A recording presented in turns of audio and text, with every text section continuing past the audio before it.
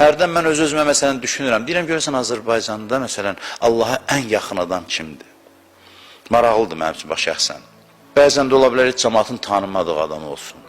Heç ya da gümana gəlməyən bir adam olsun. Çox mühüm mövzudur. Ümumiyyətlə, müsabiqə mühiti yoxdur dindarlıqda, təəssüf ki. Müsabiqə özü bir çox istedadları üzə çıxardır. Mən ən yaxşı olmaq istəyirəm. Buna dəvət edir Allah. Demə, mən yaxşı adam olum. Bu elə bil, sanki bir yarış fəzasıdır. Deyir ki, birbirinizlə yarışın.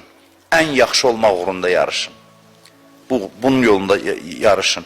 Və çox olub peyğəmbərlər soruşub ki, ilahi, görəsən mənim qonşum kimdir cənnətdə?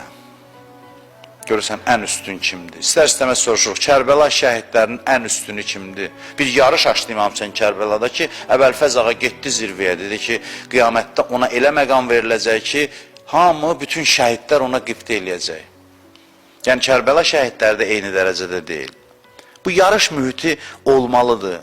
Və cəalni min əhsəni abidikə indək dua belədir, bax. İlahi, məni sənin yanında deməli, yaxşı adamlardır, deyir, ən yaxşı bəndələrindən qərar verir. Dua belədir.